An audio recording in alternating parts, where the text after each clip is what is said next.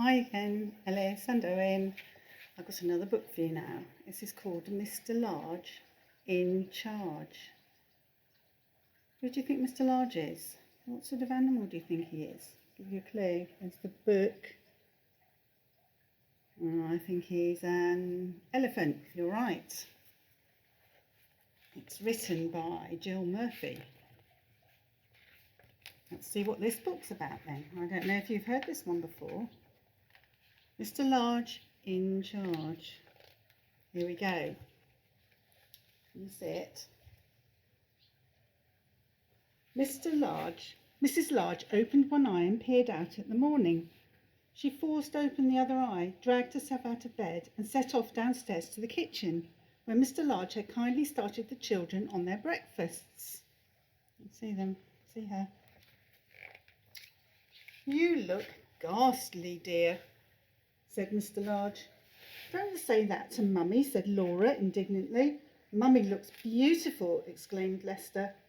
Boo for Mummy, cooed the baby. Yes, of course Mummy's beautiful, said Mr. Large. I meant she doesn't look well.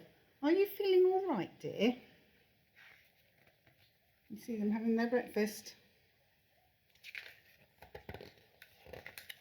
As a matter of fact, I don't feel too good, admitted Mrs. Large, but I was going to take them all to the park later on.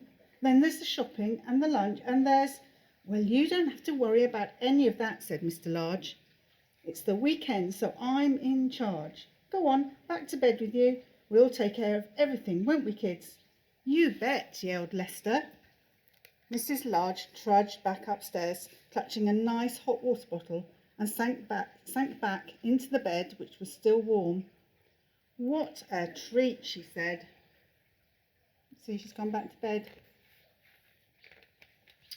Downstairs, Mr. Large was organising his troops. Right, men, he commanded.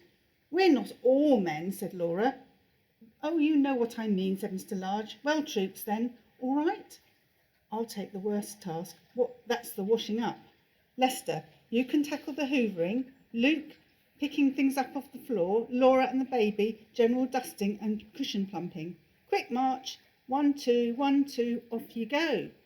Mr. Large turned on the radio, found a jolly tune to cheer everyone along, and soon they were all busy with their tasks. Upstairs, Mrs. Large was jolted back from the brink of sleep by the astonishing amount of noise blasting up through the floorboards. She listened anxiously for a while, but could soon tell they were mostly happy noises, so she wedged a pillow round her ears and decided to ignore it. Mrs. Large had just drifted off to sleep when she was rudely awakened by the baby, who was giving her a thorough dusting.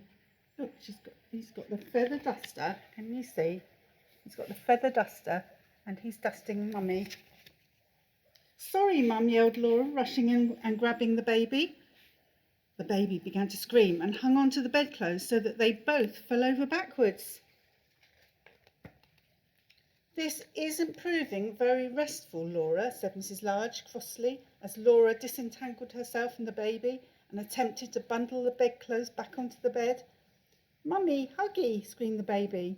Want my Mummy? Big Huggy now. Laura stuffed the baby under her arm and wrestled her out of the door. Don't worry, Mum, she called as she closed the door behind them. I'll take her down to Dad. Don't want Dad, bellowed the baby. Want Mum. Want my Mummy.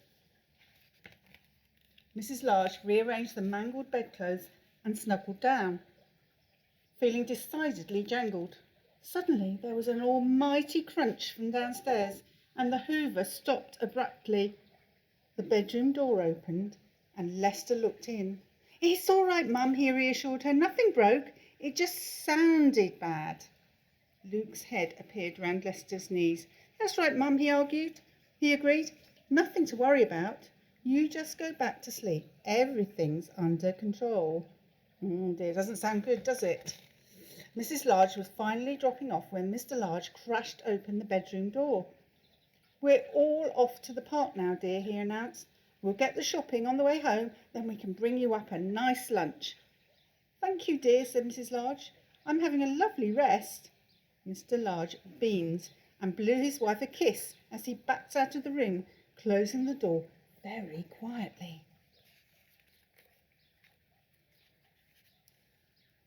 At last Mrs. Large dozed off. What seemed like 5 minutes later, she was awoken by the smell of burning. Just then Laura put her head round the door. Dad says not to worry about the smell, she said. He's getting the lunch and he wants to know if you'd like some. What exactly is it? Asked Mrs. Large nervously. Well, said Laura, it was something in a special sauce, but Dad just had a little look at the football on TV. Well, it was quite a long look actually, so now it's cheese sandwiches. I think I'll carry on sleeping, thank you, dear, said Mrs. Large. Perhaps I could join you in at tea time. Righto, said Laura, slamming the door as she rushed off to tell Dad. Mrs. Large closed her eyes and tried to relax. What seemed like 3 seconds later, the door crashed open again and all the children came charging in. We're going to play football with Dad, yelled Lester. In the garden, said Luke. Now, said the baby. Are you feeling a bit better? Asked Laura. Mummy better? Asked the baby. Big huggy? A bit better, said Mrs. Large. You go and have fun with Daddy and perhaps I'll be all right later on. Big huggy, wept the baby as Lester scooped her up and carried her out. Big huggy, Mummy, now. Don't worry, Mum, said Laura. She loves football once she gets going. You see they've got their football there. Going to go out in the garden. The door slammed shut for the 100th time. Mrs. Large winced and slithered down under the covers. Joyful sounds came drifting in from the garden, and Mrs. Large smiled contentedly. You see now they're all playing football in the garden. That's what you like to do, isn't it? 5 minutes later, Lester burst into the bedroom. Dad says, where are the bandages? He yelled. Don't worry, Mum, it's not the baby. Dad tripped over a rake. They're on top of the bathroom cabinet, said Mrs. Large weakly. After a while, the door opened again and Mr. Large came in carrying a tray laden with tea and cakes. The children sneaked in behind him and lurked. The baby didn't lurk for long. She climbed grimly onto the bed and clasped her mother round the neck. Big huggy, she crooned. Yeah, there's baby and Mummy in bed. Everyone out, ordered Mr. Large. Let Mummy have her rest now. She's not well today. Mrs. Large heaved herself into a sitting position and patted the covers. That's all right, dear, she said. I've had a very restful day and I'm feeling much better now. Why don't you all join me for tea? Well, if you're sure, said Mr. Large, and everyone piled onto the bed to tell Mrs. Large all about the day she'd missed. And there they are. They're all on the bed together, aren't they? All together. And it says, the end. I'll read you another story soon. Bye.